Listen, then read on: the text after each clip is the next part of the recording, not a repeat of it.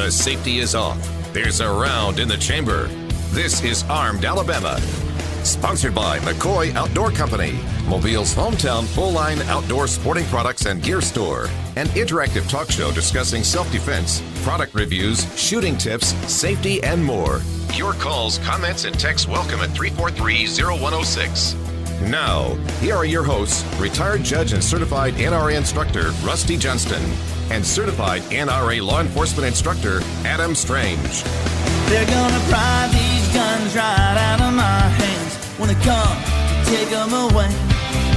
I believe in the rights that my fathers gave me when they signed the Constitution that day. No misguided president or crooked politician with a greasy pocket be spared. When the hard-working man gets tired of your cry, it's gonna rain wrath, beware.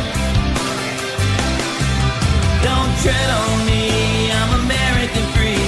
You're not gonna take it away. I stand up and fight for my freedoms and rights. That's a price you'll have to pay.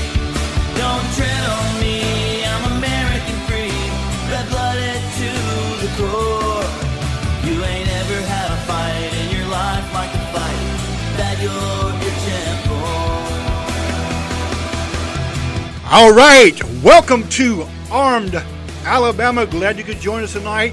This, of course, is our favorite show, 7 p.m. on 106.5. There's not a better show than this in this time frame, just letting you know.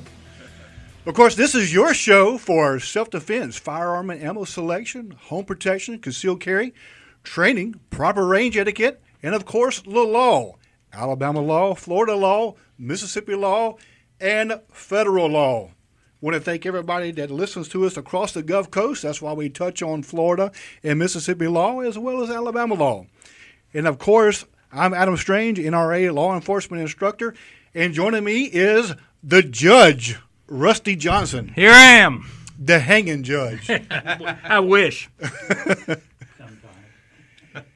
And of course, if you want to watch us on Facebook, we are also simulcasting on Facebook Live, and that is Armed Alabama Radio, FM Talk 106.5. Please like, save, and follow while you're there. Make sure you message us and tell us how this show stinks, or you can tell us how you really like it. Either way, we're glad to have you here with us tonight and on Facebook.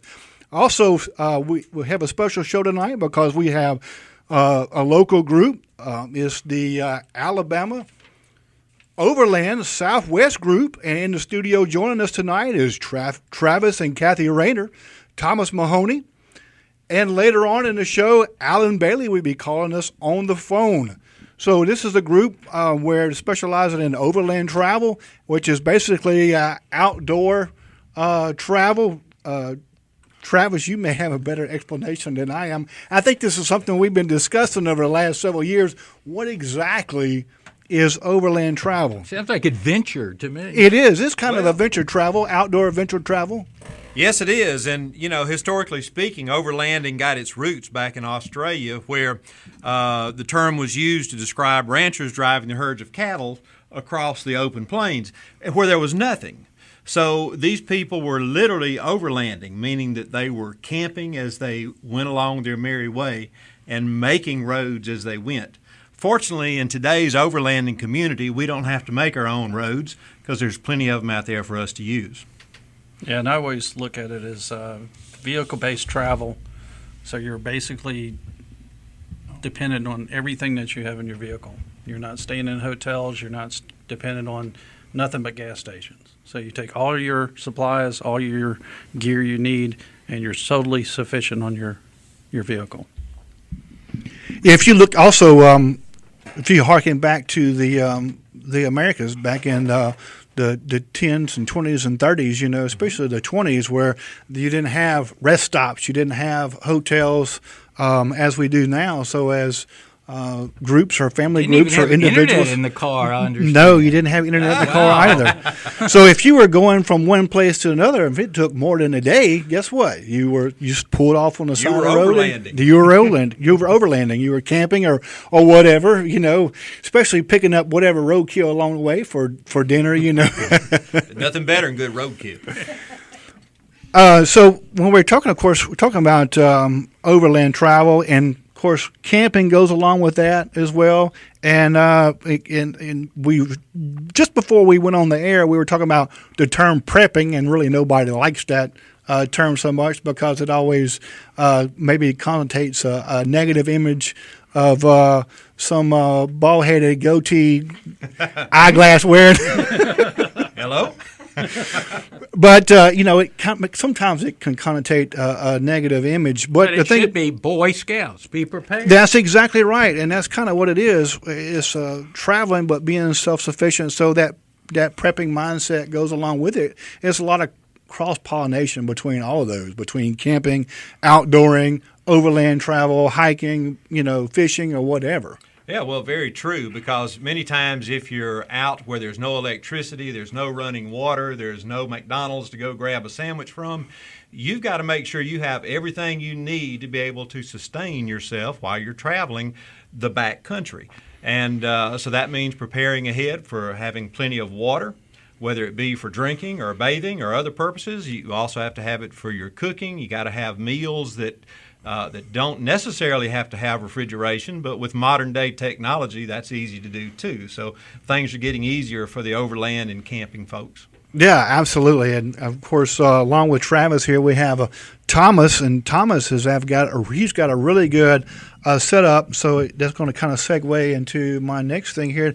And to have that travel, or to do that travel, you have to have a vehicle, and pretty much a competent four-wheel drive. It can be lots of different things like Toyotas. Thomas Hopefully one without the sensors that your tire pressure sensors that are always going off. Go on the blink. Wish we could disconnect those. But it can be truck, or it can be an SUV, it can be a Toyota, or that piece of junk I got, Mitsubishi. No, I'm just kidding. It's a pretty good vehicle. But it doesn't make a difference. I mean, there's lots of people, and the gravitation, I think, is people. I think they're buying more and more stuff, and that kind of perpetuates. There's a big industry behind this, and so they're buying more and more stuff, and they wake up one day and it's like, oh, my FJ or my little FJ40 or whatever is not doing the job anymore. So you see people kind of gravitating towards four-wheel drive trucks or medium-sized trucks. And Thomas is the king of stuff. Oh, I'm the king of stuff. Well, it's fun to have the gear, but there's also a purpose to that. So not only having a vehicle, but you may have a overland travel trailer or whatever. So Thomas, if you will, just briefly give us a summary of your setup and what you think works about it, and maybe what you would have done different. Yeah, it's basically a 2014 FJ Cruiser, and with pretty extreme modifications to it. Because I was looking for you to drive it tonight. We could snap some pictures of it. We could snap some pictures of it and post it on our Facebook page. Yeah, it's going through some major modifications right at the moment, because when you get into some areas, you start the quality of the ride. You don't want to tear up your vehicle, and you don't want to tear up your back. So if you're doing some areas where you're in the desert and you're pulling a heavy load, suspension is everything. You want to make sure that the modifications do not get you're not underspending, but you're getting the right equipment. You want to make sure that the vehicle is going to get you there and get you back. I built a expedition trailer. You'll see a lot more expedition trailers out there with rooftop tents on them. Oh yeah, to where you can actually pull your gear, and it's a separate component, and you can drop it off, hit base camp, and then go do that exploring. A lot of people get out of this muggy area of the country. Be very comfortable. And going out west, you end up going through a lot of desert regions, a lot of state parks, a lot of national parks, and you're in a whole backcountry where there's nothing out there, but the terrain's fairly rough, and you can set up camp, and there's some beautiful locations where you can go see some really extreme views, and that's where you want to go. That's when you want to get there. You want to be able to see that sunset or that sunrise. Yeah, and it's just really amazing. Just something to be said about getting out into the wild where there's not a lot of people, and just just relax, and enjoy nature. We're talking four-wheel drive. Let's talk winches too. I assume you have some kind of winch or not? Yes, I have a 12,000-pound winch on the front of it. Yep. And the recovery gear is essential because if you're out there by yourself and you need to get it, you don't have anybody else to rely on. I've had that experience a few times. That's right. And it's funny. I went to some Australian websites that really gave the best advice on what kind of recovery gear to get. Mm-hmm. And when you said that, I thought, well, that's funny because every place I was hitting was there. But we got to go to a break, folks. We'll be right back. Give us a call, 343-0106. Step up to the firing line. Armed Alabama is back. Questions, comments, and texts at 343-0106. You smell that? Ain't fun, son. Nothing else in the world smells like that.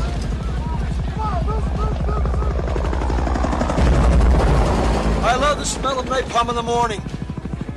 Charlie, don't Smells like surf. victory.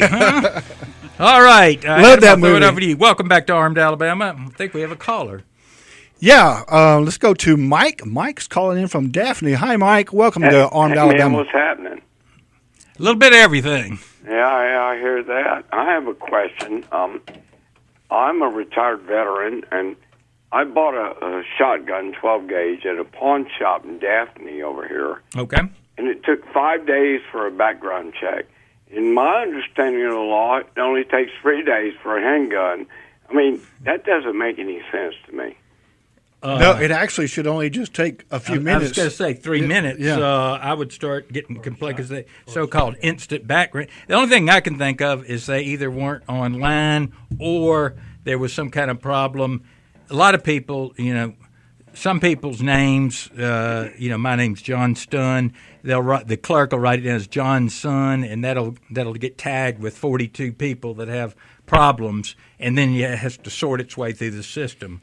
That's the only reason I can think of it would That's take. not a real good answer. Yeah, well, it's not. Yeah, I mean, you should have just not bought it because I don't think I've ever not walked out of a store in the past since they've done this instant background check with the firearm. Yeah, there's no 3-day wait period. There's no, not anymore. No, you purchase your firearm and you leave. As a matter of fact, if you have your concealed carry permit from Alabama, you don't even have to have a background check. You just show them the permit, and if the business so chooses, they use that as your background check, and you walk out with a firearm. I see. But anyway, you got your shotgun, right? Dang right. Is it semi-auto or pump? It's a pump. Okay. Do yourself a favor. I've talked about it in another show. Get you some low recoil buckshot for it. So, it'll kill just as well as anything else, but it'll take a little bit of kick, off your shoulder.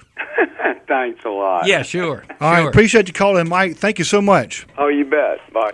So just before we went to the break, Judge, you were talking about winches. Yeah. And so Thomas has got some really good answers on different types Thomas of winches. About, number one, about the new synthetic rope. Yes. And what he thought about that. And let's go ahead because that's something that I like, but I don't really know anything about it. Yeah, a lot of people, we're always traditional with the steel rope or steel cable on winching.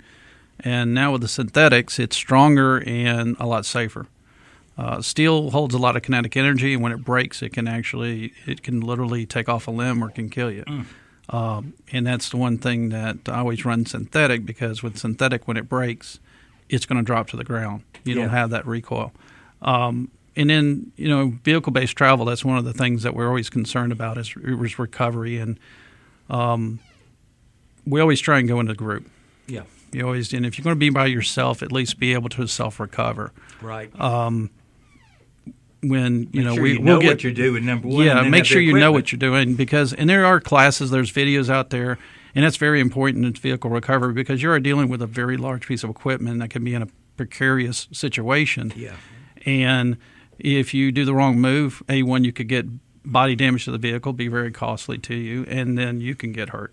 And you could be in a lot of mud, and let's say your exhaust, gets stopped up. A lot of things. Yeah, there's been several times that we've gotten especially on Facebook, and got SOSs from people like "Come help me," because they went out and they just thought they could just go do like whatever. I was telling you, they kind of pushed the limits because they knew they had all this stuff. And that's true. That's a good point too. Is to especially vehicle-based travel when you're prepping, when you're planning a trip, the vehicle you have, the suspension, your accommodations for your family. You got to know your limits. You have to know how much your vehicle can tow, how much you can carry, how much fuel mileage you have, especially going out west.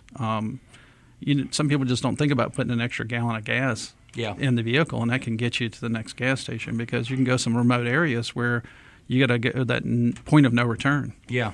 So safety is a big concern in this vehicle-based travel. Everything from self-protection, from the elements around you, from critters, two-legged, four-legged, everything. And a lot of people, they'll get all of this stuff, but they won't understand their ground clearance. And I'm using my truck in a lot of places where it's cut over territory, and so you may have some stumps that are there, and you may have everything to get you out of whatever, but if your axles hit a stump that's not rotten, you got a problem. Yeah, and you can damage. You can cause a lot of costly damage to your vehicle. Yeah, especially nowadays with automatic transmissions. You've got 7-8 speed automatic transmissions, and tens of thousands of dollars. By the time if you mess it up, and by the time you get a new one or have it rebuilt and replaced, by professionals. Mm-hmm. My 4-wheel drive seems so complicated. I'm really not sure how to use it. So I needed it very often. But Thomas, you made really good points on weight of the vehicle, how much you can load it, what you can tow, because when you get camping gear and everything you need for the great outdoors, it doesn't take long to either meet or exceed your gross vehicle weight, and that's very important. And that's why you see so many four-wheel drive overland type vehicles where they are beefing up their suspension, bigger, heavier shocks and springs, and doing what they can to be able to carry that extra weight. Ice chests or 12-volt coolers or what have you, rooftop tents or whatever. As far as camping gear, Travis, if you can give us a real quick, maybe a summary of some of the base camping gear you might need. You don't, so many times, how many times have we heard from people to say, well, just as soon as I get this or this and this, I'm going to come out there, or I'm going to go and take this trip or whatever. Well, you don't need thousands of dollars investment. So what are some really good camping things that you need to be able to go out? And it doesn't have to be, souped up four-wheel drive. It can be a Subaru. I know you ran a Subaru for a while, you and your wife, Cathy, who is here in the studio, by the way. I'll call her out.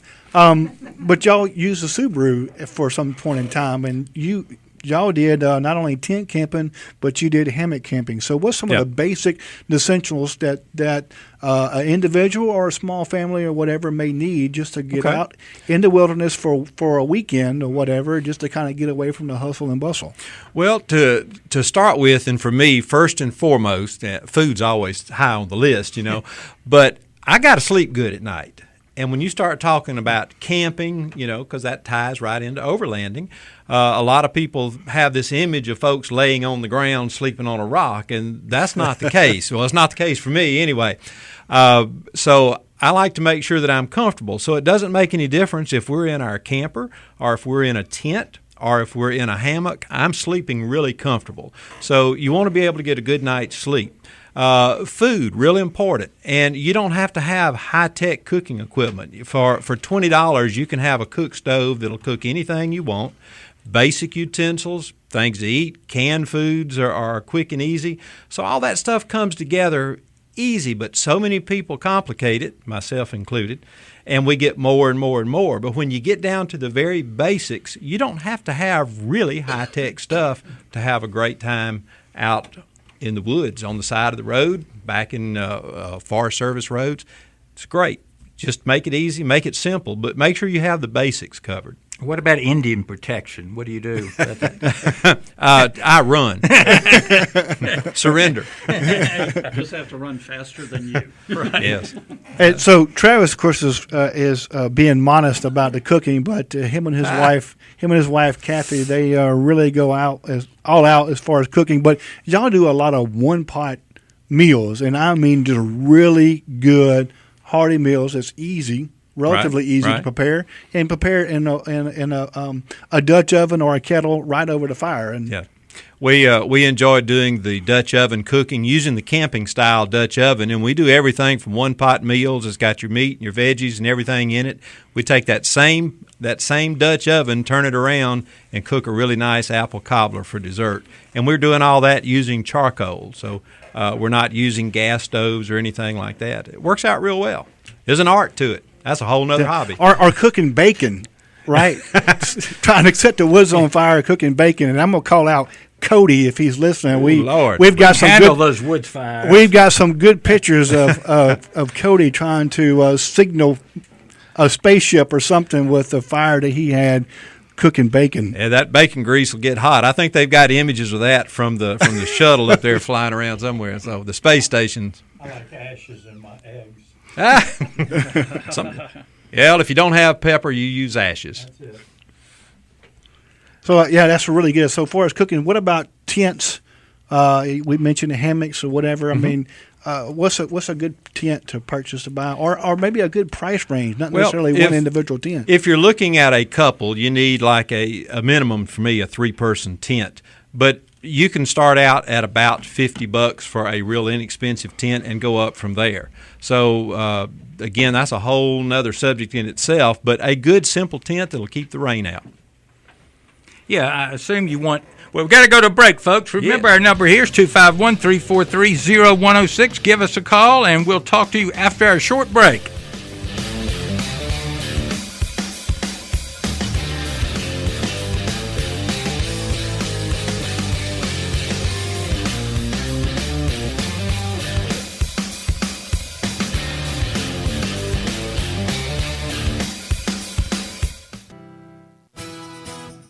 Step up to the firing line. Armed Alabama is back. Questions, comments, and texts at 343-0106. I own this establishment. Bought it from Greeley for $1,000. You better clear out of there. Yes, sir.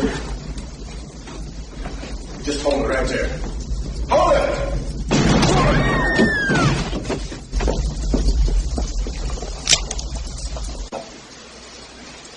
You just shot an unarmed man.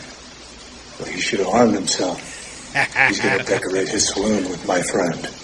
That's right. What is the name of that movie? I never can remember it. Unforgiven. Yeah, that's a scene that I normally like Gene Hackman, and he did a good job in the movie, but. It's one of those I wanted to shoot him after it was over. Yeah. So, that lets you know he did a good job. Yeah, he did a good job. I want to thank Steve Moore, personal injury attorney. If you need a personal injury attorney, you just want to talk about the case, talk to Steve Moore. He's located downtown on Dearborn Street, and you can visit him on the web. That's probably the best thing to do, www.moorelawfirm, all one word, -al.com. Steve Moore. While we're talking about camping and outdoor, definitely go to McCoy Outdoors. Absolutely. Where they have all kind of outdoor gear and equipment, as well as firearms, anything that you need, and cooking stuff. Exactly. Of course, when I and this group, we all went out west, Travis and Thomas and Alan, when I went to get my bear spray, as well as some more potent stuff. I went to McCoy Outdoors and got my bear spray there, so they absolutely have everything there. So definitely when you go in to see McCoy Outdoors, tell them you heard about them from Armed Alabama. Yeah, the reason we're laughing about bear spray is most people think it's more stronger than regular pepper spray to shoot a robber with, and it's not, because the government don't want you hurting their bears. So that's just keep that in mind. A lot of people get it because it shoots a long way. It does. You can find plenty of pepper spray products that'll shoot 25 feet. Absolutely. But don't buy wasp spray. No. It does not work. That is a myth. Right. So let's go ahead and go to our callers on the phone lines. Here is Mike's from Grand Bay. Welcome to Armed Alabama. How you doing? All right, sir. What you got for us? All right. The voice is getting a little better. Now, did you ever go to the doctor? I did, and I went over to Providence and had a sonogram on my arteries on both sides of my neck. Well, you can thank the doctor here. We're not talking about, make sure you don't have an aneurysm or something. Right. And I trust you didn't, or you wouldn't be talking to us probably. Right. Good. The doctor said I didn't have any kind of blockage. Thank God for that. Great. But I have mental blocks. Yeah, that's the kind of blockage I have. It's only going to get worse. Probably so. Now, I got a technical question in a second here, but I want to mention Real quick, something Mike, about real quick. I've been camping a lot of times in my life. You wouldn't catch me camping out in the open like you see them on the Western movies. There's rattlesnakes you wouldn't believe in those woods. I was going to bring that up, but I didn't want to be the kid. We're getting there, Mike. We're going to talk about that stuff. Some people have woke up with a big, long 5-footer in their sleeping bag. You do not. Oh, that might be just genetics. I don't know. Here's my technical question. I've never thought about this until I got to thinking about this evening. About it. I've shot just mostly lead shot all my life. I don't think I've ever bought any steel shot for shooting in a shotgun. Well, wouldn't that hurt the barrel after a while or whatever? And unless you're shooting, as they say, waterfowl, you just don't need to worry about that. No. And if you do, then it's just a lot of extra money. You may need a new barrel. Yeah, you get a chrome line barrel. Then you got to get a computer program to tell you when you can shoot and how many birds. And so just stay away from waterfowl, and you'll be how fine. about shooting a slug out of a non-slug barrel like people do in their shotgun? You can shoot a rifle slug out of a smooth barrel. Yeah, a savage slug. Right, that don't work. Well, playing a rifle, in theory, is supposed to turn it kind of like a football or whatever. The way the rifle slugs are designed, it doesn't do a very good job of doing that. But that's what it's made for. All right, thank you, Mike. We got to go to the next call, sir. Thank you. All right, we're going to Glenn in Mississippi. Hey, Glenn, glad you could join us. Hey, how y'all doing? All right. Hey, I got a quick question for you guys, and just in terms of prepping. Now, I would call myself an ardent prepper, but this is a question to Travis here. I usually follow the 4 Gs of prepping, God, guns, gold, groceries. But my concern is more in terms of if the feces ever hit the fan, event happens, like, EMP, super volcano, what do you do in terms of alternative power systems? Like, what kind of power supplies or what kind of alternative power sources can you go to if the lights go out, you have no power? What can you do? Well, really, the best thing to set up would be a solar system, because you don't have to have a huge solar system to maintain a battery so that you can have lights at night. Because everything that requires fuel is going to run out eventually. Yeah, because, if you have an EMT, nothing that has a computer in it is going to work anyway, but your solar panels will. So that would be my response to that, is planning ahead with a good solar system. Okay. And another thing I might want to mention. You're not talking about something from Harbor Freight. You're talking like something that you install on your roof on your house, correct? Well, no, you've got portable systems that you can fold out that'll give you 200, 300, 400, 500 watts, and they do take up a little space, but I'm not going to talk about brands or anything. But that'd be enough to run one of those mini refrigerators and maybe a couple of lights. Well, there's some good systems out there, if you don't mind cutting in. Sure. There's some good systems. And just a rule of thumb, it's like you don't want to name different brands, but there are some good ones out there. And just with the research that I did, anything American-made is really good. Well ahead. Yeah, absolutely. You can get the cheaper stuff from China, but if it's American-made, you're going to be well ahead, and you don't have these degradation of the sales over time. Because a lot of times your Chinese stuff that may be only $200 or $300 is going to degrade over time. You may get 3 or 4, maybe even 5 years if it's somewhat high quality. But there are some companies out there that they're guaranteed to put out 85, 90% of their designed output 15 years, after purchase.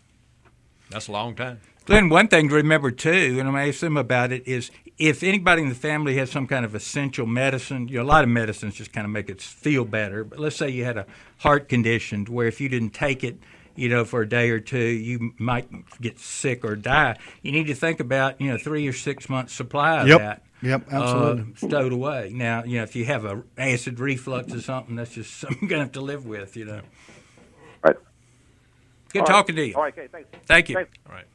Thank you, Glenn. Of course, that was Glenn Ramos, guest on the show many, many times. Last week. Thank you, Glenn, because Glenn actually filled in for me last week. Always does a really good job. So next on the line here is our compadre, Comrade Alan Bailey. How's it going? Hey, Alan, glad you could join us tonight. Yeah, I got a few minutes for you. Oh, well, good. We're just commenting from one to another. Talk rattlesnakes. Okay, the judge says rattlesnake, so I don't know how much of the show you got a chance to catch before you joined us on the phone. Alan's calling in from Florida, as a matter of fact. So the judge made mention of rattlesnakes, but we can talk about rattlesnakes, we can talk about grizzlies, we can talk about lots of other wildlife that can do you harm. Well, let's talk about grizzlies because we just came back from Yellowstone, so Alan went up to Glacier. Yep. So he had some encounters of grizzlies up there. So some of the things you got to realize is you're in these national parks or you're in this wildlife, how you prep your food, how you even go nature call. Okay. So when you're traveling, you got to understand that where you're at, your surroundings, everything, because we went into a campsite that 3 or 4 hours before that, there was a grizzly bear walk through. And some people have fed them and done things to make them more so, prone to come. And you don't realize just the simplest little thing of leaving a wrapper on the ground. You drop a piece of paper that was a candy wrapper or something. They smell that from miles away, and they'll come into the camp. So you got family members. You gotta be careful. You really do. So everything from rattlesnakes to bears to coyotes to wolves, any of that stuff. Yeah. You're in these wildlife areas. It's their territory, not yours. Yeah. Alan, when y'all went to, of course, y'all went with us to not only to Grand Tetons and Yellowstone, but you guys went on up to Glacier National Park. Is it pretty much the same thing that you have to do there as you would do in Yellowstone or Tetons? What preparations did y'all make? It's pretty much the same. The bear are just more prevalent up there. We stayed in one of the campgrounds there, and about 5 o'clock at night, the park ranger came by, and she was like, I just want to let you know that you're in the most bear-populated campground there is. And I'm like, well, all right, whatever. You're just trying to scare us, make sure we pick up our stuff and all that good stuff. So she goes, yeah, there's about 25 yards back there. There's a bear trail back there, and you'll see them. They'll walk by, and you need to make sure you have all your stuff picked up. So we didn't really pay it much attention, We kept our stuff clean and everything. We're all sitting around a campfire, and my oldest boy, he goes, Dad, there's a bear back there. I was like, no, whatever. So sure enough, I looked back, and there's a grizzly bear walking down the trail that the ranger was talking to. It paid us no mind, but we had our stuff picked up and put in the bear boxes or locked in the trailer. As long as you do what they tell you to do, I don't really think they're an issue. I guess it depends. You get grizzly bears out there, and then in our city we've got wolves that may take advantage of you. Yeah, snatch dogs. Yeah, it just kind of depends. I told you that case that the wolf pack attacked the poor guy. Folks, we're up against a break, but give us a call 251-343-0106. Any question you want, but if you want to focus in on what we're talking about, overland travel, that'd be great. Here on FM Talk 106.5 in Mobile, Alabama, 343-0106, area code 251, and we'll be back after these messages from our sponsor. Step up to the firing line. Armed Alabama is back. Questions, comments, and texts at 343-0106. I don't know who you are. I don't know what you want. If you are looking for ransom, I can tell you I don't have money. But what I do have are a very particular set of skills. Skills I've acquired over a very long career. Skills that make me a nightmare for people like you. If you let my daughter go now, that'll be the end of it. I will not look for you. I will not pursue you. But if you don't, I will look for you. I will find you. And I will kill you. Good luck. That's our friend Matt Canovey there. We taped that specially for the show. Adam, I'll throw it back to you, since I can't see anything where I am. I'm so glad you can join us tonight. We've got one more segment, I think, left on the show. We have in the studio here with us Alabama Overland Group, and we're here talking about overland travel, which is basically outdoor adventure travel, and camping and gear and vehicles and everything that you need for that. So we want to thank these guys and gals for joining us. We have Travis and Cathy Rainer here in the studio with us, and Thomas Mahoney. And on the phone, we have Alan Bailey, who's calling in from Florida. So thank you for joining us. Undisclosed location. Yeah, some undisclosed location. That's right. So just before we went to the break, Travis, you had made mention of a big consideration when you're in bear country.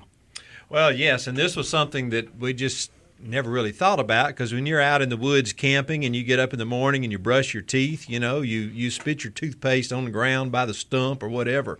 If you're in bear country, that's a bad thing, because bears love the spearmint. They love that minty, that smell, and they can smell it from miles away, and they will be helping you brush your teeth in the morning. And I think Alan and I have had part of a Coke on the ground. Yes, you don't put anything on the ground. No. And Alan and I and others, we had the conversation about toothpaste and everything else, and grizzly bears, and it can be a bit frightening, but if you're doing it the right way, it's not a big deal. Well, Davy Crockett killed him a bar when he was only 3, so why worry? So, Alan, I've got a question for you, buddy. We have one of our listeners, actually, that's joined us on Facebook Live, which there's a lot of people right now on Facebook Live. It's crazy how many people are on here and commenting and asking questions and making comments to each other. But I've got a question here from I've lost my place now. Yeah, so a question for you, Alan, is from Barrett. I won't give his last name, but Barrett has a question for Alan. Is how do you roll your 4Runner back over?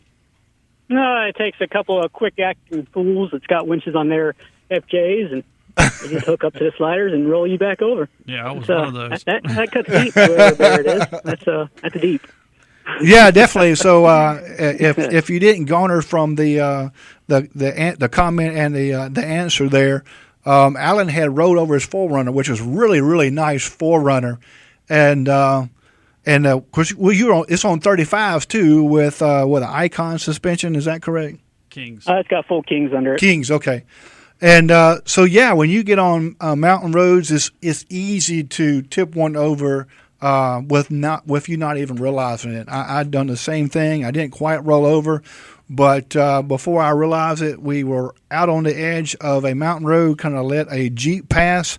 And one of those adrenaline moments. Oh, yeah, and that side of the road actually gave away, and that whole vehicle just slid right out to the side, and believe it or not, our driver's side tires, front and rear driver's side, actually hooked the edge of the road, and that's the only thing. It's always annoying when passengers scream too when that happens. Well, I was screaming. I was the one. I was driving, and I was screaming. Found that you were the one screaming. Yeah, that was me. So, but that kept us from rolling down the hill. So, Alan, I know that's kind of a spooky moment when you wind up on the top and wheels in the air. It happened quick, but it was all in slow motion. It goes right back to what was said earlier in the show about not being alone out there doing what you're doing. Absolutely. Luckily, like I said, we had 4 or 5 rigs with us, and they saw what happened and acted quick and got it back on all fours again. So. Yeah, so usually wheels up is an aviation term. But not in your case, huh? Yeah, kind of like a turtle. It is green. It is green, so he was turtling there. Yeah, and that goes back to the point of having some knowledge about vehicle recovery. Yeah, and having the right equipment, because we were not able just to wait roll him. until you're in that situation to think about it. Yeah, we were able to get him rolled back over pretty quick and get him going again. Just it was a group of guys, and we just were able. Everybody had their spot, and we just did it really fast. So yeah, those nice spotlights are good when it's dark too. And I've got a whole back. I've got too much emergency gear was taking up my whole back of my F-150. But it's one of those things you need it. Go buy it.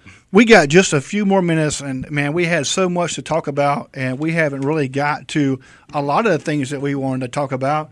And that is some of the places that we went, and I just kind of got. I was actually shocked when I started listening to some of the places that we went together as a group, because it's difficult to go to these places, by yourself. You may have a very capable rig, and Alan Bailey has probably one of the most capable rigs I know. Him and Thomas, and he wound up on the roof.